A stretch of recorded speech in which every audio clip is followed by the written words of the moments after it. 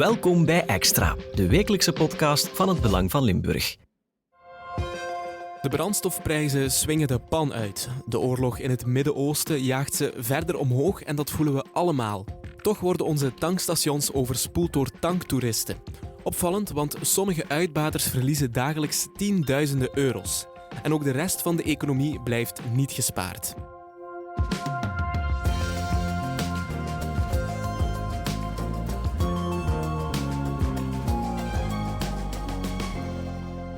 Dominique Klaas, jij bent een van onze economiejournalisten en volgt het nieuws over de brandstofprijzen op de voet. Ik ben deze ochtend jammer genoeg moeten gaan tanken en ik schrok van hoeveel ik moest betalen. Ik moest iets meer dan 70 euro betalen voor een tank van 40 liter. Ja, kan jij misschien nog eens even kort voor de luisteraar zeggen, wat zijn de prijzen van diesel en benzine vandaag? Voor diesel betaal je nu maximum, want het zijn maximumprijzen, we komen daar straks nog op terug, 2,11 euro ongeveer. Voor benzine 95, dat is de goedkoopste, betaal je 1,8384 euro per liter. En dat is een pak meer met de maximumprijzen van 27 februari. Herinner u, dat is de dag voordat de oorlog in het Midden-Oosten begon. Toen stond de diesel nog aan 1,75 euro per liter en de benzine aan 1,63 euro per liter. Dat is een gigantisch verschil. De diesel is in die korte periode, nauwelijks 3 weken, met 20% gestegen in prijs en de benzine met 12,2%. En dat voel je in je portemonnee. Dominique, kan je dat eens concreet maken? Stel, ik wil een tank van 50 liter tanken. Hoeveel duurder is die vandaag in vergelijking met 27 februari? Wel, als je benzine tankt, dan zou je daar 10 euro per tankbeurt meer voor betalen. En je dieseltankbeurt zou zelfs bijna 18 euro duurder zijn. Dat is toch al betekenisvol, zou ik zeggen. Dat zijn aanzienlijke verschillen en dan hebben we het nog niet gehad over de prijs van stookolie en gas, want die zijn ook stevig de lucht ingegaan. Ja. De stookolie is met 60% gestegen sinds 27 februari in euro's per liter. En daar betaal je nu 1,30 euro per liter voor. En dat is toch wel ongezien. En als je dan 2000 liter zou bestellen, dan zou je daar nu 989, bijna 1000 euro meer voor betalen dan op 27 februari. Dus in nauwelijks 3 weken tijd is de stookolie tankbeurt van 2000 liter met bijna 1000 euro duurder geworden. Dat zijn abnormaal hoge cijfers nu. Wat mij dan opvalt is het verschil in benzine, diesel, gas en stookolie. Hoe komt eigenlijk dat er een verschil tussen zit? Want je zou denken dat is ongeveer hetzelfde product. Ja, want diesel en stookolie zijn in principe precies hetzelfde product. Alleen om te vermijden dat je stookolie zou tanken voor je wagen, heeft men daar een kleurtje aan gegeven, zodat men kan controleren of je wel diesel tankt en geen stookolie tankt. De rode diesel. De rode diesel, inderdaad. Maar daar later meer over.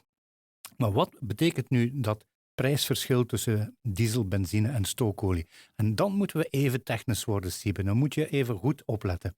Dan moeten we gaan kijken naar hoe die prijzen zijn samengesteld. Nu, als we naar diesel en benzine kijken, dan zien we, en daar zijn goede redenen voor in het verleden geweest, dat de helft van die prijs bestaat uit accijnzen en btw. Zeg maar belastingen, de helft. Bij stookolie is dat veel minder. Slechts 18% van de prijs bestaat uit accijnzen en btw. En dat maakt precies het verschil in die prijsschommelingen. Want stel je voor, je grondstof, ex-raffinaderij, dat wil zeggen, die ruwe olie, die wordt in die raffinaderij gebracht, daar wordt dan benzine van gemaakt, dat is iets goedkoper dan diesel. Of er wordt stookolie van gasoil, zeggen ze in het Amerikaans of in Amerika. Nu, stel dat je grondstof duurder wordt, dan gaat dat een groter effect hebben als de grootste deel van je onkosten de productprijs is. En bij benzine en diesel, waar er veel taxen en btw op zit, gaat dat effect minder zijn. Nu, diesel en benzine zijn een stuk duurder dan stookolie, maar als de prijs stijgt, de grondstofprijs, voel je dat veel harder bij stookolie dan bij benzine of diesel. En dat precies maakt het verschil. Dus de belastingen die maken het grote verschil hier.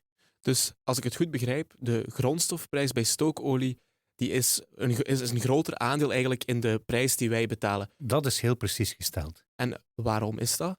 Wel, in het verleden stookte iedereen met stookolie. Hè?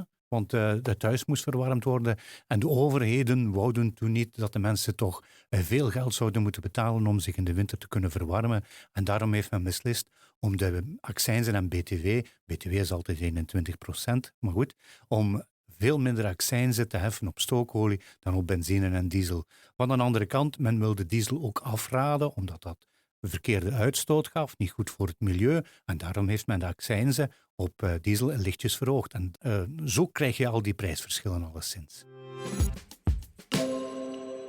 Ondanks die hoge prijzen aan de pomp merken we toch een enorme drukte aan de Limburgse pompen en tankstations. Er is zelfs sprake van tanktoerisme. Kan je die term eens verklaren? Ja, plots worden onze grenzen overspoeld met allemaal Nederlanders, zelfs Duitsers die hier komen tanken. En dan vraag je je af, ja, maar daar moet die prijs toch even goed stijgen. En dan moeten we terug naar de samenstelling van onze brandstofprijzen.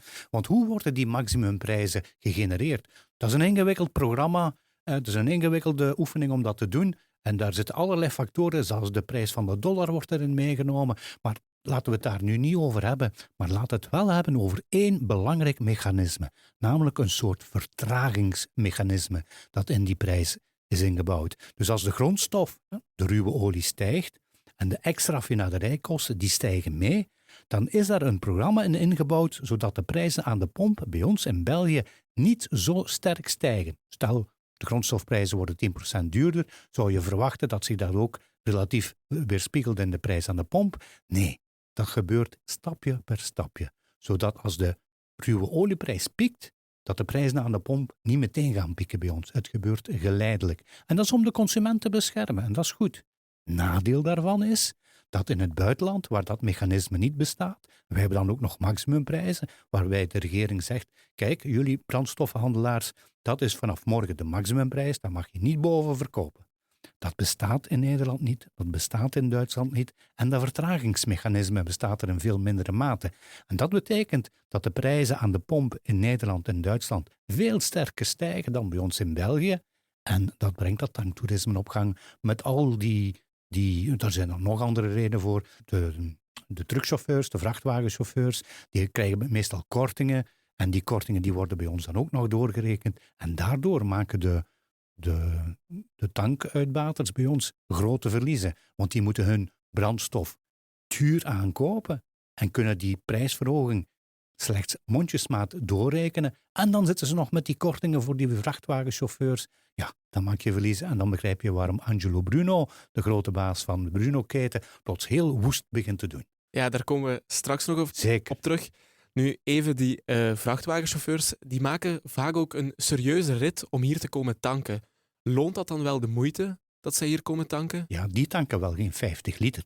Die tanken 600 liter, 700 liter. En dan is het wel de moeite om hier in België te komen tanken.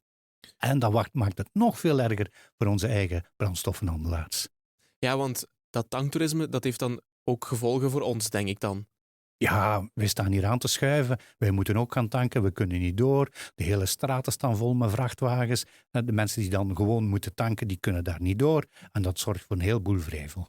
Ja, Dominique, de prijs verschilt ook van pomp tot pomp in Vlaanderen. Wat is daar juist de reden voor? Zoals gezegd, wij werken met maximumprijzen. Dat is geen adviesprijs, maar dat is een maximumprijs die de overheid oplegt. Maar daar zit ook een kleine winstmarge in waarmee de brandstoffenhandelaars kunnen spelen, waarmee ze korting kunnen geven. En dan merk je ook dat bijvoorbeeld aan drukke banen, waar er heel veel tankstations zijn, waar de prijzen wat hoger zijn, maar ergens in het platteland, waar er maar 1 tankstation is, ja, die kunnen zich permitteren om de prijs wat hoger te leggen, omdat je anders veel te ver moet rijden. En dat verklaart het verschil in prijs tussen verschillende tankstations. En uiteraard, de concurrentie, die speelt ook een rol. Dan ondanks die drukte, want we hebben het net al aangehaald, Angelo Bruno, zijn er toch tankstations die tienduizenden euro's verlies maken per dag door die drukte. Hoe kan zoiets? Dat klopt, dat is precies, ik herhaal het nog even, dat is omdat ze heel duur moeten aankopen en die prijsverhoging niet meteen kunnen doorreiken in hun eigen prijs. Maar wat Angelo Bruno er niet bij zegt, stel je het omgekeerde voor, de prijzen zakken plots. Dan kan hij heel goedkoop aankopen en de prijzen worden nog niet meteen verhoogd aan de pomp of verlaagd aan de pomp en dan maakt hij er even goed winst aan. Eigenlijk is het een beetje een vestzakoperatie op termijn. Maar dat zegt hij er niet bij. Ja, want hij roept heel luid om hulp van de regering. Wat wil hij dat de regering doet? Ja, wat je zou kunnen doen, we hebben het al over de accijnzen en de BTW gehad die in die prijs verrekend zit. Wat je zou kunnen doen als regering is tijdelijk de accijnzen wat verlagen. Dat betekent dat heel die belastingen, want die BTW die wordt ook gerekend op de accijnzen. Heel pervers, maar goed, het is nu eenmaal zo. Dus als je de accijnzen zou verlagen, dan zou dat toch wel behoorlijk wat kunnen helpen aan die hoge brandstofprijzen. Maar dat is een ingreep die de regering niet wil doen. En ik herhaal het nog eens, als de brandstofprijzen zakken, dan gaan de brandstoffenhandelaars daar goed geld aan verdienen. Maar dan gaan we er waarschijnlijk niets van horen. Dan ga je er niks van horen, je mag ervan aan zijn. De plasticindustrie bijvoorbeeld wordt zelfs dubbel getroffen. Dubbel getroffen, Dominique, kan je mij dat eens uitleggen? Hoe kan zoiets dubbel getroffen worden? Ja, dan moet je opnieuw even volgen. Ik doe mijn best. Plastics worden gemaakt van ook ruwe olie of van gas. Wij weten wat er met die prijzen is gebeurd. Nu, als de grondstoffen voor de plasticmakers omhoog gaat, is logisch dat er voor hen hun producten ook duurder op de markt zullen komen. Maar daartegenover staat ook dat die plasticmakers, die fabrieken, zoals CP Chem, om er maar eentje te noemen in Tessenderlo, als die dan een productieproces aan gang zetten, hebben die daar enorm veel energie voor nodig. En wie energie zegt, denkt aan ruwe olie, denkt aan gasprijzen. En die zijn dan zo hard omhoog gegaan dat die bedrijven precies 2 keer getroffen worden. Nu, het zit iets ingewikkelder in elkaar, want niet alle plastics worden van pure ruwe olie of van gas gemaakt, maar er wordt ook gerecycleerd, er worden korreltjes gemaakt van oude plastics en die worden dan in het productieproces ingebracht en dan maakt de oefening een beetje ingewikkelder. Maar je kan eigenlijk grosso modo wel stellen dat inderdaad zeker de plasticmakers 2 keer getroffen worden. En ook andere sectoren in de economie worden natuurlijk getroffen, Dominique. Zeg eens, welke sectoren ondervinden nogal grote hinder van die prijsstijging? Oh, zeg me iets en ze worden getroffen. Hè. Zelfs dit huis, hè. Wij hebben een fleet van ik weet niet hoeveel bedrijfswagens, die rijden nu wel op elektriciteit allemaal. Maar die elektriciteit die gaat ook duurder worden, geloof me maar. Precies omdat gas duurder wordt, er zijn nog veel gasgestookte centrales, dus die maken dan duurder elektriciteit. Op termijn gaat dat allemaal doorrekenen. En als we dan alles een beetje duurder wordt, dan zie je straks ook de loonkosten weer stijgen, want we zitten met een automatische indexering. Er komen wel 2 sprongetjes, halve sprongen aan. Maar goed, ook de loonkosten gaat duurder worden. En dan zitten veel bedrijven met 2 problemen. 1, hoge energiekosten en 2, hogere loonkosten. En dat doet me denken aan het jaar 2022-2023,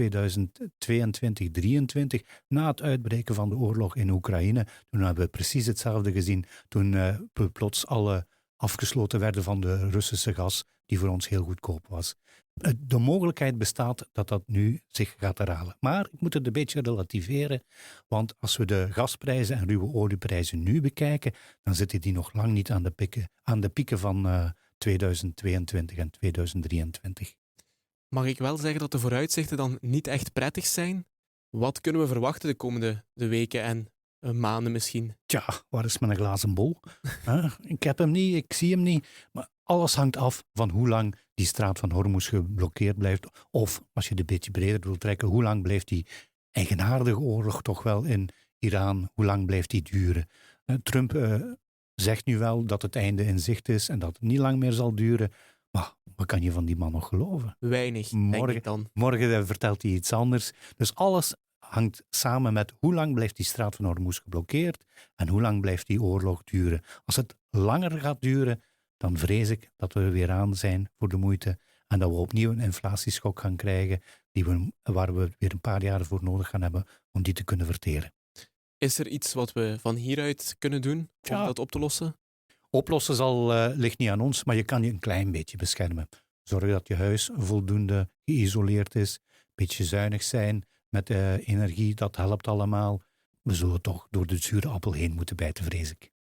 Oké, dankjewel Dominique voor je duidelijke uitleg. En ik onthoud vooral dat we ons mogen verwachten aan nog meer prijsstijgingen als de oorlog in Iran blijft aanhouden en dat ik best met de fiets in plaats van de auto kom werken. Dat is een goed idee. Wil je op de hoogte blijven van dit en ander nieuws, dan kan dat via de HBVL-app.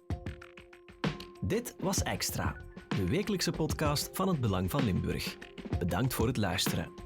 De credits van deze podcast vind je op hbvl.be of in de HBVL Nieuws-app.